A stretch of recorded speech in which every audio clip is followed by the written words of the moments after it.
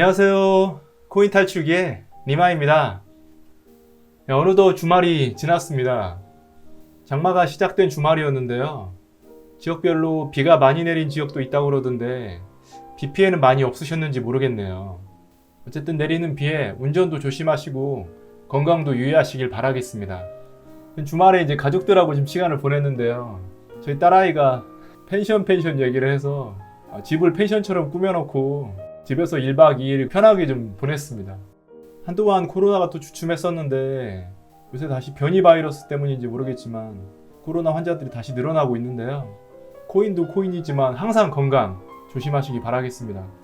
오늘 비트코인 현황 한번 보겠습니다. 주말에 제가 이제 가족들이랑 시간을 보낸다고 보질 못했는데 이번 주말은 하락장이 아니었어요. 비트코인은 현재 4,100만원 초반대 가격을 보여주고 있고요. 비트코인 뿐만 아니고 다른 종목들도 굉장히 좀 상승을 많이 한 모양입니다. 지금 투자 내역도 지금 마이너스 21%고요. 디카르고는 현재 7%, 23만원의 이익을 내고 있긴 한데 디카르고의 구매 가격대가 118원이었기 때문에 지금 넘긴 했지만 여기서 한번 익절을 하고 다시 떨어졌을 때 구매를 할까 생각도 하는데 만약에 이 가격 밑으로 안 나오고 여기서 쭉 상승할 가능성도 있기 때문에 내일 아침까지는 한번 상황을 보고 결정하도록 해야 될 것 같습니다. 보통 주말 하면 거의 하락장이 많이 이어졌었는데 이번 주말은 뭐가 달랐길래 비트코인이나 다른 코인들이 좀 상승을 했는지 한번 요인을 좀 알아봤습니다. 오늘 공포탐욕 지수는 현재 42.69 중립에 지금 위치하고 있고요. 이 정도 상황이면 공포 단계를 조금 벗어난 게 아닌가 생각이 듭니다. 기사 한번 보겠습니다. 비트코인 채굴 난이도 급락 호재 4,100만원 돌파. 비트코인 채굴 난이도 급락으로 비트코인이 35,000달러 선을 돌파하는 등 암호화폐가 일제히 랠리하고 있다. 국내 거래소에서도 비트코인은 4,100만원을 돌파했다. 비트코인은 4일 오후 4시 30분 현재 글로벌 코인 시황 중개 사이트인 코인마켓캡에서 24시간 전보다 4.58% 급등한 35,413달러를 기록하고 있다. 수시간 전만 해도 비트코인은 34,000달러대에 머물러 있었다. 이는 중국의 엄격한 단속으로 비트코인 채굴이 13개월 내 최저로 떨어지는 등 급락하자 채굴을 활성화하기 위한 네트워크 안정화 메커니즘이 자동으로 작동됐기 때문으로 분석된다. 비트코인 난이도는 이래서 시작한다. 얼마나 많은 채굴자가 네트워크에서 경쟁하고 있는지에 따라 점진적으로 증가하거나 감소하도록 설계되어 있다. 채굴 경쟁자가 많으면 난이도가 올라가고 채굴 경쟁자가 적으면 난이도가 내려가는 방식으로 프로그래밍 되어 있다. 채굴 난이도는 거의 28% 감소했다. 난이도가 감소하자 거래 수수료 급락으로 이어졌고 이에 따라 비트코인 등 암호화폐 가격이 일제히 급등하고 있다. 시총 2위인 이더리움은 24시간 전보다 7.99% 급등한 2,323달러를 기록하고 있다. 카르다노 에이다는 5.15%, 도지코인은 2.29% 각각 상승하고 있다. 같은 시각 국내 거래 사이트인 업비트에서도 비트코인은 24시간 전보다 2.14% 상승한 4,116만 1,000원에 거래되고 있다. 비트코인은 이날 오전 4천만원을 돌파한 데 이어 4,100만원 선마저 돌파했다. 네, 이런 기사였는데요. 비트코인 난이도가 내려감으로 인해서 거래 수수료가 많이 낮아졌고 그러니까 채굴업자 입장에서는 굉장히 좋은 조건이죠. 채굴 경쟁자도 적어졌고 난이도도 내려갔으니까 지금 비트코인을 채굴하면 더 쉽게 비트코인을 얻을 수 있다는 얘기가 되겠죠. 중국의 비트코인 채굴 금지가 호재로 좀 작용한 것 같습니다. 비슷한 주제의 기사가 또 하나 있는데요. 중국의 채굴 단속이 꼭 나쁜 건 아니다. 장기적 호재가 될 수 있는 3가지 가능성. 이런 기사인데요. 규제는 중국과 비트코인에 관해 이야기할 때 늘 등장하는 주제다. 최근 중국 정부가 또 한 차례 비트코인에 대한 규제를 발표하면서 언론의 관심이 집중되고 있지만 이번 규제는 중국 정부가 이전에 취했던 규제 조치 등에 빗대어 좀 더 큰 맥락에서 바라볼 필요가 있다. 중국이 처음으로 대대적인 암호화폐 단속에 나선 건 2013년이다. 당시 중국 정부는 비트코인을 가상자산으로 분류하면서도 거래수단으로 사용하는 것은 금지했다. 2017년에는 중국 중앙은행인 인민은행이 암호화폐 공개 ICO를 불법으로 규정해 비트코인 가격이 일시적으로 폭락하기도 했다. 이렇게 매해 비트코인에 대한 거래 규제가 새롭게 발표되는 가운데 최근 다수의 지역 정부가 암호화폐 채굴을 금지하면서 또 다른 우려를 낳았다. 실제로 지난주 스촨성 정부가 채굴 금지령을 내리자 급히 채굴기를 해외로 옮기려는 수많은 채굴업자의 행렬이 이어졌다. 이번 조치로 중국 내 전체 채굴 활동의 90%가 멈춰설 것으로 관측된다. 세계에서 유통되는 암호화폐의 80%가 중국에서 채굴되는 만큼 타격이 클 수밖에 없다. 중국 정부의 채굴 금지 명령과 함께 세계 암호화폐 시장에 찾아온 공포, 불확실성, 의심으로 비트코인 가격은 급락했지만 전문가들은 중국의 규제가 장기적으로 비트코인에 유리할 것으로 낙관한다. 중국의 채굴 금지령이 꼭 나쁘지만은 않은 세 가지 이유를 소개한다. 1. 중국 정부는 비트코인 자체를 금지한 것은 아니다. 현재 중국 정부는 중국인들이 보유하고 있는 암호화폐를 강제로 압수하지 않는다. 중국의 암호화폐 규제와 관련해 비트코인과 금지라는 단어가 여러 차례 등장하긴 했지만 비트코인을 비롯한 암호화폐의 보유를 공식적으로 금지하는 조치는 없었다는 점을 기억해야 한다. 인민은행이 암호화폐 열풍을 우려하는 주된 이유는 이를 국가 경제와 금융 안정성에 대한 직접적인 위협으로 보기 때문이다.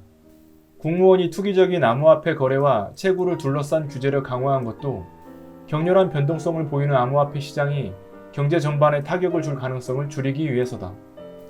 하지만 이런 우려가 제기된 것은 이번이 처음이 아니다. 암호화폐 결제를 지원하는 금융기관을 대상으로 한 당국의 단속은 2013년과 2017년의 규제 조치를 되풀이하는 성격이 크다. 물론 당국이 최근 몇 달간 비트코인 등 암호화폐와 관련해 발표한 규제는 전반적으로 이전보다 강화된 모습이지만 이 중 일부는 늘 그랬던 것처럼 효과가 없을 가능성이 크다. 실제로 ICO 열풍이 불던 2017년 중국 정부가 암호화폐 거래 금지령을 내리자 많은 사람이 홍콩이나 일본 등 해외 거래소로 옮겨 거래를 이어갔다. 암호화폐 보유 자체가 법에 위배되지 않는 이상 중국인들이 거래 금지령을 회피할 방법은 얼마든지 있다. 물론 중국 정부가 현행 규제를 더욱더 강하게 밀어붙인다면 상황은 달라질 수 있다. 2. 채굴의 탈중앙화. 많은 채굴업자가 중국을 떠나게 되면 단기적으로는 암호화폐 시장에 혼란이 야기될 수 있다. 하지만 장기적인 관점에서는 채굴 활동이 전 세계로 분산되면서 비트코인 시장이 어느 한 국가의 규칙이나 규제에 의해 좌우되는 일이 줄어든다는 것을 의미한다. 케임브리지 대학교의 비트코인 채굴 지도에 따르면 현재 세계 전체 비트코인 채굴의 65%는 중국에서 이뤄진다. 하지만 이번 조치로 이런 활동 중 일부가 강제로 해외 이전되면서 비트코인 채굴이 중국에 집중됐다는 우려를 해소할 수 있게 됐다. 아울러 비트코인 채굴 업계와 정부 사이의 갈등은 처음 있는 일이 아니다. 실제로 중국 정부가 비트코인 채굴을 금지할 것이라는 소문은 2018년부터 등장했고 바로 지난달에는 이란 정부가 전국적인 전력 부족을 이유로 암호화폐 채굴을 일시적으로 금지했다.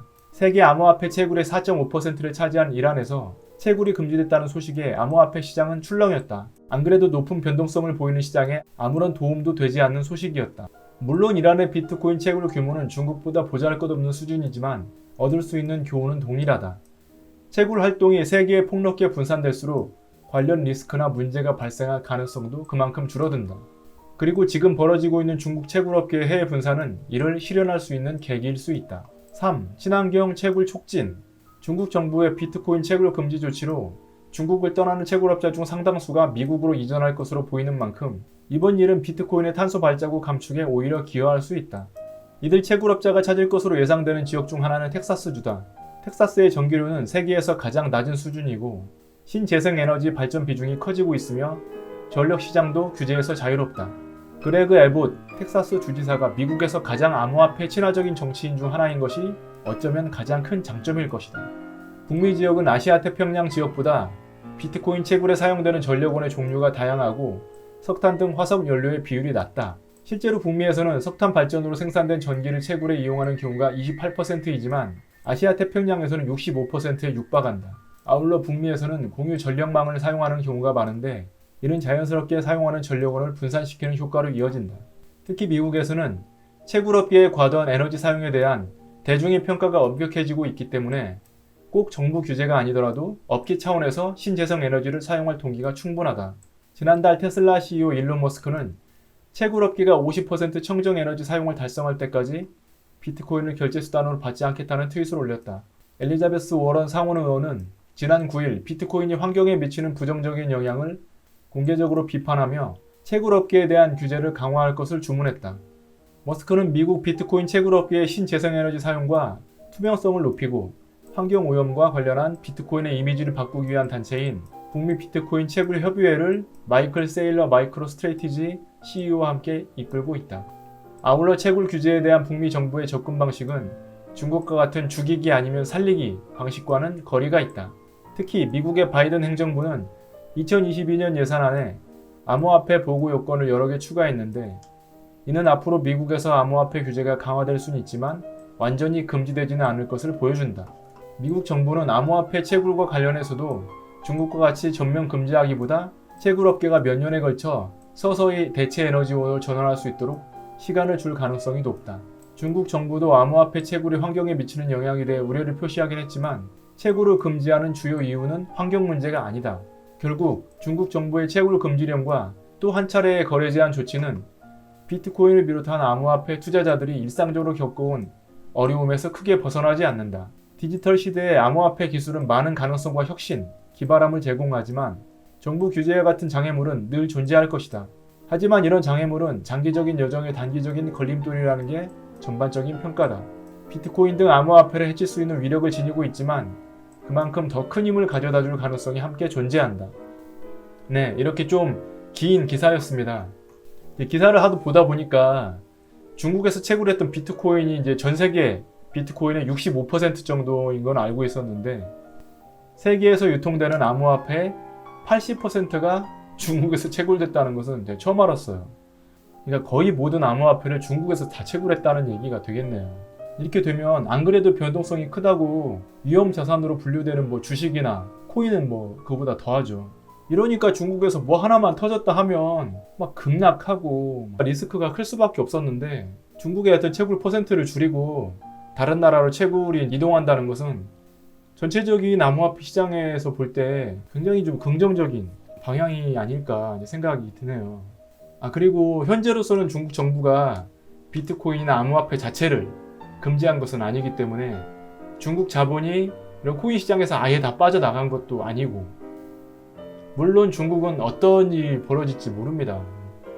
공산당이라는 막강한 어떤 권력 체계가 나라의 모든 부분을 좌지우지하기 때문에 언제 이러한 방침이 또 바뀔지는 모르겠지만, 현재로서는 이러한 공식적인 조치가 없었고 이런 단속이 2013년, 17년 계속 되풀이되었던 뭐 그런 부분이란 얘기죠. 여기서 말한 것도 탈중앙화가 되면서 단기적으로는 암호화폐 시장의 혼란이 야기될 수 있지만 장기적인 관점으로는 한 국가의 규칙이나 규제에 의해 좌우되는 일이 줄어든다는 것을 의미한다. 이러면 우리가 중국발 뉴스에 대해서 더 이상 두려워할 필요가 없는 거 아니겠습니까? 그리고 이 부분도 이제 근래 많이 논란이 된 부분이죠. 화석연료를 이용한 그런 채굴 방법에서 이제 벗어나서 지열이나 수력, 풍력, 태양광 등 어떤 자연 친화적인 그런 채굴 방향이 뭐 지구적으로 봤을 때도, 장기적인 관점에서 봤을 때도 좋은 방향이겠죠. 그리고 이제 중국에서 채굴업자가 빠져나가면서 가장 이제 떠오르는 게 이제 미국 텍사스주인데, 전기료 자체도 저렴할 뿐만 아니고 텍사스주의 주지사가 규제보다는 어떤 지원적으로 정책이 많이 생기지 않을까 생각하고요. 테슬라 같은 경우도 재생에너지 50% 이상이 되면 다시 비트코인을 결제 수단을 받겠다. 뭐 이런 식으로 가다 보면 조만간 다시 뭐 가능하지 않을까요? 그리고 북미 비트코인 채굴 협의회, 이 협회의 목적이 신재생에너지 사용, 그리고 투명성을 높이고 환경오염과 관련한 비트코인의 이미지를 바꾸기 위한 단체이기 때문에 하여튼 이쪽을 봐도 저쪽을 봐도 뭐 좋은 부분밖에 없는 것 같아요. 그래서 지금 현재까지도 뭐 비트코인 가격 여전히 가격을 유지하고 있고요. 지금의 상황이 좀 그렇지 않을까요? 악재도 나올 만큼 다 나왔고, 금리 인상 지나갔고, 테이퍼링 지나갔고, 중국발 규제 지나갔고, 이제는 뭐 어느 기사를 봐도 비트코인 바닥 찍었다, 올라갔다가 됐다, 어느 기관에서 비트코인을 사서 모으고 있다, 비트코인 ETF 만들었다, 뭐 어느 나라에서는 화폐를 지금 만들고 있다, 계속해서 호재만 나오고 있고, 그러면 뭐 이런 분위기 쭉 그대로 갈 수 있는 건 아닐까요? 다시 4,200만원 돌파할지도 모르겠는데, 지금은 뭐 이제 다 하루가 갔으니까 내일 오전에 어떻게 이제 이게 변화할지 한번 봐야 될 것 같습니다. 현재 분위기로 봐서는 조만간에 진짜 탈출할 종목들이 좀 몇 개 생기지 않을까 생각을 하고요. 에이다도 지금 1.48%이기 때문에 거의 근접했죠. 지금 매수 가격이 1690원인데 현재 가격이 1670원입니다. 뭐 20원만 있으면 이제 돌파를 하는데, 이더리움도 1.8%네요. 그리고 제 현금 보유액이 220만 원 정도 됐었는데 207만 원으로 줄은 이유는 단타로 지금 해서 좀 많이 날아갔습니다. 금액이 커지다 보니까 순간 대응을 못 해버리면 그냥 확확 나가더라고요. 8만 원 한 번, 13만 원 한 번, 5만 원 한 번, 이렇게 3번 크게 나가버리니까 확 줄었습니다. 그래서 손실은 순식간인데 단타로 이익 본 것은 뭐 2만 원, 5만 원, 6천 원 뭐 이러다 보니까 손실에 비해서 이익이 확실히 적더라고요. 그래서 지금 한 20만 원 정도 지금 마이너스가 된 상황이고요. 그 금액으로 해서 단타는 계속 또 연습을 해보겠습니다. 네, 이렇게 오늘 영상은 제가 마치도록 하겠습니다. 모두 좋은 밤 되시고 새로운 일주일 즐겁게 시작하셨으면 좋겠습니다. 그럼 저는 내일 또 공부하러 오겠습니다. 지금까지 코인 탈출기의 니마였습니다. 감사합니다.